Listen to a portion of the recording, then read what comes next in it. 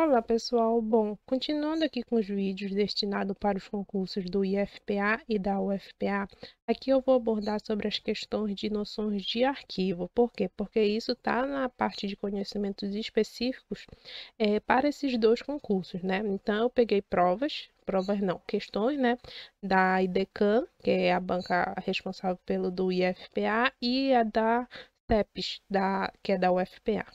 Então, antes de começar, não esqueça de curtir, comentar, compartilhar e de se inscrever no canal, tá? Então, já a primeira questão aqui que eu trouxe, ela diz assim: considere as seguintes afirmativas sobre a Política Nacional de Arquivos Públicos e Privados. Bom, então ele deu aqui 4 itens, e aí a gente vai ver cada uma delas, e assim, posteriormente, né, as afirmativas consideradas corretas são. Então, a gente vai avaliar cada uma para poder responder à questão. Então, vamos lá. O primeiro item, ele diz assim: os arquivos públicos são os conjuntos de documentos produzidos e recebidos no exercício de suas atividades por órgãos públicos de âmbito federal, estadual e do Distrito Federal, e em municipal também, em decorrência de suas funções administrativas, legislativas e judiciárias. Bom, uma coisa bem legal desse vídeo aqui é porque, caso você não tenha visto meu primeiro vídeo sobre arquivologia, muito material que eu utilizei lá eu vou utilizar aqui nesse segundo vídeo, porque praticamente é quase o mesmo conteúdo, né? Então, para a gente observar esse primeiro item aqui, para ver se está certo ou se está errada, a gente recorre a essa informação, porque lembra que tem uma lei que ela estabelece a definição tanto de arquivos quanto de arquivos privados e públicos. Então, com relação aos arquivos públicos que ele diz lá, né, ele diz que são conjuntos de documentos produzidos e recebidos no exercício de suas atividades. Ok. Por órgãos públicos no âmbito federal, estadual, do Distrito Federal e municipal.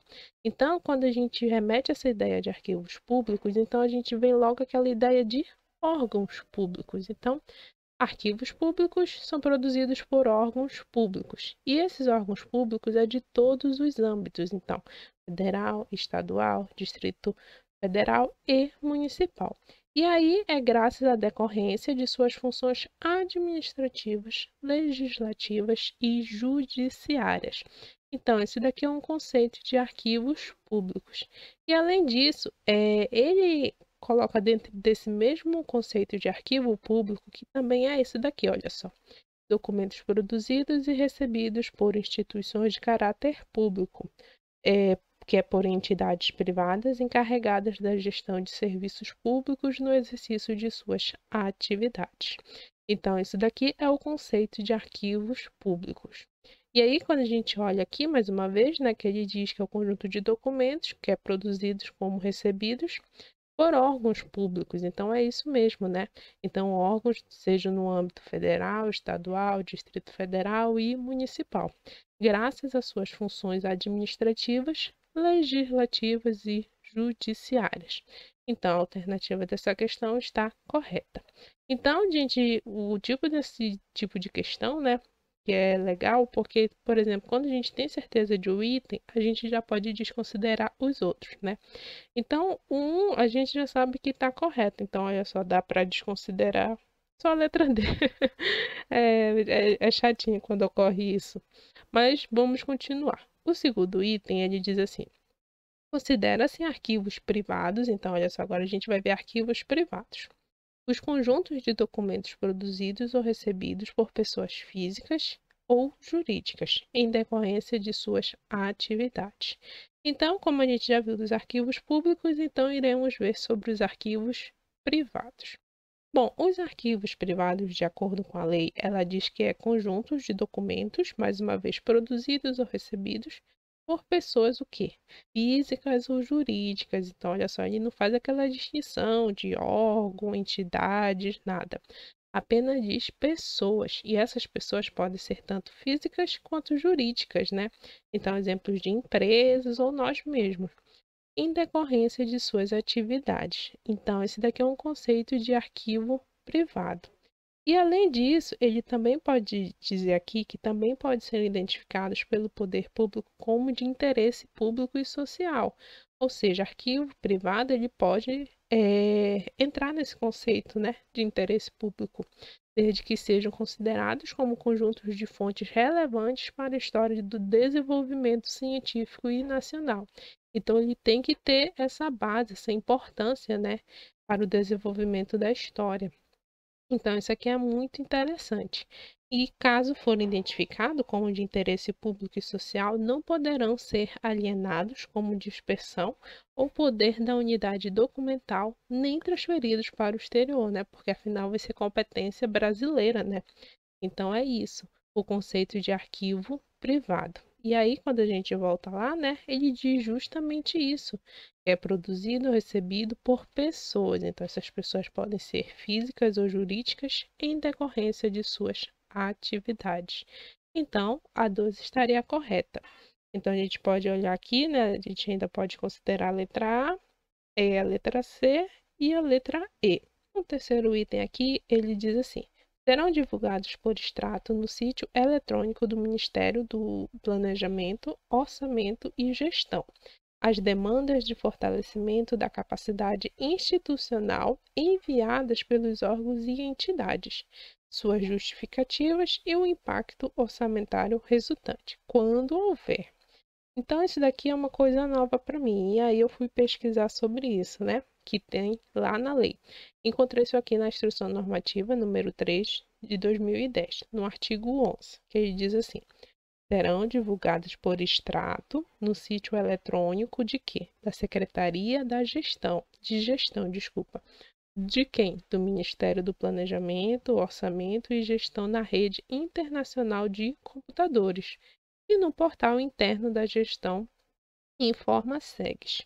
Então, o que que vai ser divulgado lá, né? Serão as demandas de fortalecimento da capacidade institucional enviadas pelos órgãos e entidades, suas justificativas e o impacto orçamentário resultante quando houver, bem como o resultado do processo.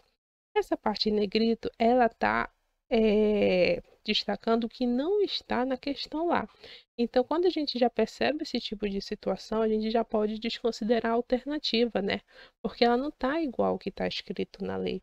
Então, lá ele diz que é simplesmente no sítio eletrônico do Ministério do Planejamento, mas não, né? Dentro desse ministério tem também a Secretaria de Gestão. E aí, dentro do portal também interno de gestão, que ele é chamado de InformaSegs, e assim por último também ele finaliza dizendo bem como o resultado do processo. Então, essa alternativa 3, ela estaria incorreta, né? Então, a gente não pode considerar. E aqui, como eu já adiantei, né, a quarta, ela está correta, que ele diz assim: a disponibilidade de canal de atendimento digital para a prestação dos serviços públicos não substitui outros meios de atendimento necessários à natureza e ao público-alvo dos serviços, conforme a avaliação do gestor do serviço. Então, ele está comparando, vamos dizer, dois meios, né? Que é do canal de atendimento digital, quanto o meio de atendimento necessário à natureza e ao público-alvo. Então, quando a gente procura sobre isso, a gente encontra esse decreto, olha só, esse decreto 8936 de 2016, no artigo 5º, que ele diz que a disponibilidade de canal de atendimento digital para a prestação de serviços públicos não substitui, né, outros meios de atendimento necessários à natureza e ao público-alvo dos serviços, conforme o que? A avaliação do gestor do serviço. Então, a gente percebe que ela está igualzinha, né? E aí a gente vê que ela realmente não substitui os outros meios de atendimento, que é o quê? É que é esse canal de atendimento digital. Então, como eu já havia adiantado, né, essa alternativa estaria correta. Então, a alternativa 1, 2 e 4, ela estaria correta. Então, a alternativa correta dessa questão seria a letra E. Bom, a segunda questão que eu trouxe aqui é sobre noções de arquivo, é essa daqui. O conjunto de procedimentos e operações técnicas referentes à sua produção, tramitação, uso, avaliação e arquivamento em fase corrente intermediária, visando que a sua eliminação ou recolhimento para guarda permanente é denominado de. Bom, isso daqui ele quer saber que tipo de gestão, né? Porque olha só, nós temos gestão de projetos, documental, conflitos, comunicação e, por fim, o plano pedagógico institucional. E aí, como a gente parte desse assunto de arquivologia, né? E eu falei no meu primeiro vídeo sobre isso, né? Sobre esse conjunto de procedimentos e operações técnicas referentes ao quê? A produção, tramitação, uso, avaliação e arquivamento nas fases corrente e intermediária, lembra? Visando a sua eliminação ou recolhimento para guarda permanente. Isso tudo é o que? É gestão documental. Então, isso daqui é muito interessante para a gente saber, até porque teve uma questão dessa que, se eu não estou enganada, da SEMAD, que ele colocou alguma coisa em relação que terminava documental ou arquivologia, alguma coisa assim. Você pode até confirmar aí ou até me corrigir aí nos comentários. Mas olha só, a gente tem que saber sobre esse nome, né, da gestão documental. E gestão documental, ela envolve o PATUA. O que é o PATUA? São as tarefas que compõem essa gestão de documentos. Então, PATUA é tudo isso que a gente falou ainda agora. Então, olha só, PATUA é o quê? É produção, avaliação, tramitação, uso e, por fim, arquivamento. E esse arquivamento, né, sempre em fase corrente, intermediário, visando o quê? A eliminação ou recolhimento para guarda permanente. Então, isso daqui seria o conceito de gestão documental. Afinal, gestão é cuidar de tudo, né? É prosseguir todas as etapas necessárias ao quê? Aos documentos. Então, olha só, ele pode ser produzido, avaliado, tramitado, né? Tendo controle sobre ele, o uso e, por fim, o arquivamento. Então, esse seria o conceito de gestão documental. E aí, quando a gente volta lá, a gente já vai direto na letra B, porque aqui está a gestão documental. Então, esse seria a resposta dessa questão. Eu trouxe essa questão daqui porque eu achei muito interessante, por mais que essa lei aqui, na minha visão, né, não esteja diretamente no conteúdo, mas essa lei, com essa questão, ela trouxe muitos nomes que a gente tem que ter noção, né, de quando a gente vai estudar sobre arquivologia. Então, olha só, considerando essa lei, né, o conjunto de ações referentes ao quê? Produção, recepção, classificação, utilização, acesso, reprodução, transporte, transmissão, distribuição, arquivamento, armazenamento, eliminação, avaliação, destinação ou controle de informação é denominado de. Então, ele vem, né? Tratamento de informação, autenticidade, informação sigilosa, integridade ou risco. E aí eu fui procurar lá nessa lei, né? Para a gente saber se tem lá esses nomes, né? E aí para a gente avaliar os conceitos de cada uma. Então, olha só, o primeiro que que eu encontrei lá é informação. O que seria informação? Informação está ligada àqueles dados, né? Aquelas coisas assim que a gente sempre conversa, que troca ideias, né? Sobre essas coisas. Então, informação ela representa isso daqui que está na imagem, né? Informação é sempre está sendo trocada com outras pessoas. Então, no final, são dados, como é assim que ele diz na lei. Então, olha só, informação. São dados processados ou não que podem ser utilizados para o quê? Para a produção e transmissão de conhecimento contidos em qualquer meio, suporte ou formato. Então, informação é isso, né? São dados que no final eles são utilizados para produzir e transmitir conhecimento. Então, olha só, nessa imagem a gente consegue observar que a informação está sendo passada para as pessoas, né? Então, isso aqui a gente está vendo que uma pessoa está produzindo e, ao mesmo tempo, está transmitindo esse conhecimento. Então, esse é o conceito de informação. Um outro daqui que eu trouxe é o documento. O documento, a gente consegue observar que, olha só, de acordo com essa imagem aqui, né? Ela consiste praticamente em um papel onde esteja escrito ideia, conhecimento, essas coisas do gênero, né? Então, qualquer papel que a gente indique, que esteja transcrito alguma coisa, que comprove, né? Isso aqui é chamado de documento, afinal, qualquer pessoa pode realizar um documento, né? Até às vezes pode ser um documento pessoal. Então, de acordo com a lei, documento ele diz que é o quê? Unidade de registro de informações. E pode ser em qualquer que seja o suporte ou formato. Então, documento é isso, né? É o registro dessa informação. Como a gente viu o conceito de informação lá, né? Que é ideia, são dados processados, que é capaz de transmitir, né? Entre pessoas, o documento ele já é no registro. Então, ele não quer saber nem qual é o suporte ou formato, mas é apenas no registro da informação. Então, isso daqui seria o conceito de documento. O outro aqui que eu trouxe é a informação sigilosa. Essa imagem aqui, ela retrata muito bem quando a gente fala de sigilo, né? É aquele negócio assim que fica só entre a gente, não falar para ninguém. Então, informação sigilosa pode ser muito bem segredos, né? Só que nesse âmbito aqui, ele diz que é o quê? É aquela submetida temporariamente o quê? À restrição de acesso, né? Então vamos dizer, tá em segredos entre aspas. Então ele está em restrição de acesso a quem? Ao público, em razão de sua imprescindibilidade para a segurança da sociedade e do Estado. E aí, uma coisa que é bem interessante, que dentro de informação sigilosa, a lei que diz que, por exemplo, há um sigilo considerado, por exemplo, reservado, ultra-reservado, essas coisas. Então é bom a gente saber também isso. Então, informação sigilosa é isso, né? Vamos dizer, um segredo temporário a quem? Ao acesso público em razão de sua importância, né, da informação. Então, eu trouxe outra daqui também, que é informação pessoal. Lembra? Informação pessoal é nossa, né? É nossa, como olha só o exemplo aqui. Nome, aniversário, número de telefone, e-mail. Então, informação pessoal é isso, né? Nosso, nossa informação, nossa ideia, nosso dado, né? Então, informação pessoal é aquela relacionada à pessoa natural identificada ou identificável. Então, informação pessoal é esse conceito aqui, de acordo com essa lei.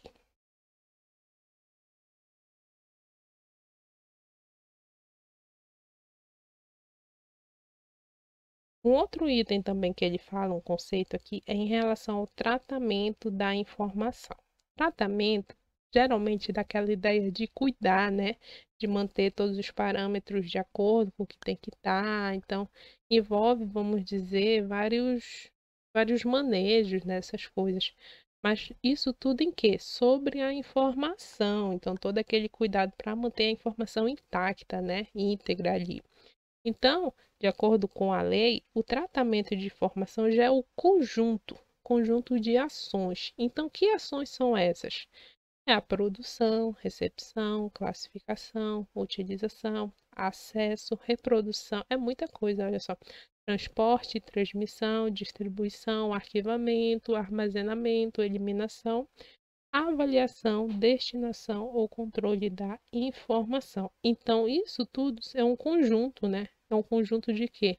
De ações que visam tratar a informação. Então, por isso que é chamado de tratamento da informação. Então, quando a gente falar nesse assunto, né?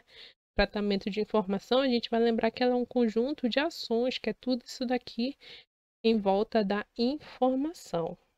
Conceito também importante aqui é a disponibilidade. Disponibilidade não dá aquela ideia de disponível, de estar ali à sua vontade, essas coisas. Então, olha só o que, que ele diz na lei. É a qualidade da informação que pode ser conhecida, então ele está disponível, ele pode ser conhecida, é o que? Utilizada por indivíduos, equipamentos ou sistemas autorizados. Então, ele está disponível para ser conhecido e utilizado por qualquer um, até máquinas, olha só, como exemplo, equipamentos. Então, isso daqui seria disponibilidade. O conceito aqui que eu trouxe também é autenticidade. Autenticidade, ela está muito a ver, vamos dizer, com revalidação de documento, né? Às vezes a gente quer reconhecer, né, se está certinho, se existe aquela lei, né? Lei não, aquele documento, né?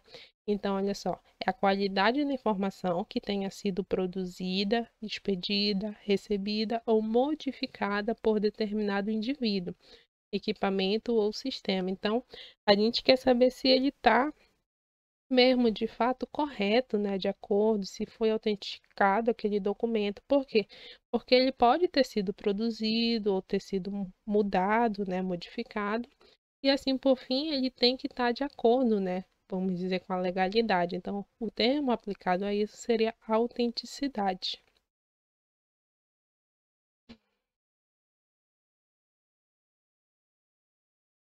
Um outro conceito aqui é integridade. Integridade não dá aquela ideia de íntegro, de inteiro, assim, vamos dizer, do original. Então, íntegro é isso, né? Daquela ideia de originalidade, que nunca foi mexido, nunca foi alterado, nada, né?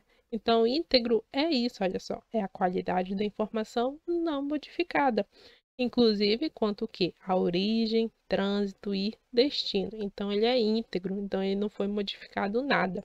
Então, o conceito disso seria da integridade. Conceito também seria a primariedade, que ela diz de acordo com a lei, que é a qualidade da informação coletada na fonte com o máximo de detalhamento possível, sem modificações. Então, isso daqui seria a primariedade. Então, como a gente já falou de todos esses conceitos aqui, né, a gente consegue observar que no início aqui ele fala que é um conjunto de ações. Então, são várias ações e ao entorno da informação. Então, logo vem aquela ideia de tratamento da informação. Então, tratamento de informação é um conjunto de tudo isso daqui, né, para manter o cuidado com aquela informação. Então, a alternativa correta dessa questão seria a letra A. Uma outra questão que eu trouxe também aqui, ela é muito interessante, olha só. Considerando a terminologia arquivística e as características e atributos dos documentos arquivísticos, é correto afirmar que sigilo, atestado de frequência, certidão, textual, caderneta, rascunho e pergaminho são, respectivamente, o quê? Lá no primeiro vídeo eu falei sobre as classificações, né, que os documentos têm. Então, ele pode ser classificado quanto espécie, natureza do assunto, forma, suporte, tipo, formato e gênero. Então, ele engloba muitas coisas, como eu já falei no meu primeiro vídeo. E aí a gente vai olhar cada um desses exemplos aqui, né? Já que ele diz que ele quer de acordo com esses exemplos que ele deu, porque ele diz essa palavra aqui, respectivamente. Então, o primeiro é sigiloso. Sigiloso dá aquela ideia de natureza do assunto. Por quê? Ela trata em relação ao documento se prejudica a administração ou não quando divulgado. Então, é aquela ideia do sigiloso, lembra? Da informação sigilosa que a gente acabou de falar ainda agora. Então, isso daqui de sigiloso está dentro da natureza do assunto. Então, quando um documento ele não provoca nenhum problema, está tudo ok, ele ser aberto ao público, a gente considera ele um documento ostensivo. Mas quando é um documento que traz problema para a administração, olha só como o seu Madruga fica, né? Fica naquele estado bem preocupante. É um documento sigiloso. Então, é esse que é o termo que ele utiliza lá já no primeiro item, né? Em relação ao sigiloso. Então, isso daqui está relacionado à natureza do assunto. Então, o primeiro é a natureza do assunto. Então, olha só. Olhando aqui, a gente já consegue observar apenas a letra C e a letra D. Mas ele tem outros, né? Então, olha só, o atestado de frequência. Atestado de frequência é o quê? Está relacionado ao tipo. Quando a gente vê essa relação de classificações de tipo e espécie, ela está muito intrínseca. Então, ela difere um pouco, assim, porque olha só, o tipo é a configuração que assume a espécie de acordo com a atividade que o gerou. Então, exemplo, ata de reunião, contrato de prestação de serviço, certidão de nascimento e olha só, atestado de frequência. Então, o atestado de frequência ele é um tipo. Então, a sua espécie ela pode ser muito bem um atestado. Então, a gente já tem, voltando lá, né? Que é uma natureza de assunto e um tipo. Então, já dá para dizer até que é a letra D. Mas aí a gente vai continuando aqui, que depois do atestado de frequência vem a certidão. Então, lembra que eu falei ainda agorinha sobre a espécie? E o tipo está dentro dessa espécie? A espécie, vamos dizer assim, ela é o geral, né? Então, olha só. Espécie é definida a partir da disposição e da natureza das informações. Então, um exemplo: a ata, contrato, decreto, ofício, certidão. Então, isso daqui seria espécie. Então, quando a gente voltou lá sobre a certidão, né, é espécie. Um outro tipo é em relação ao gênero, que já está aqui na alternativa, né? Mas olha só qual é o gênero aqui que ele dá na situação aqui da questão. Textual. E aí, gênero, ela engloba muitas coisas além do textual, porque ele se refere à maneira de representar o documento de acordo com seu suporte.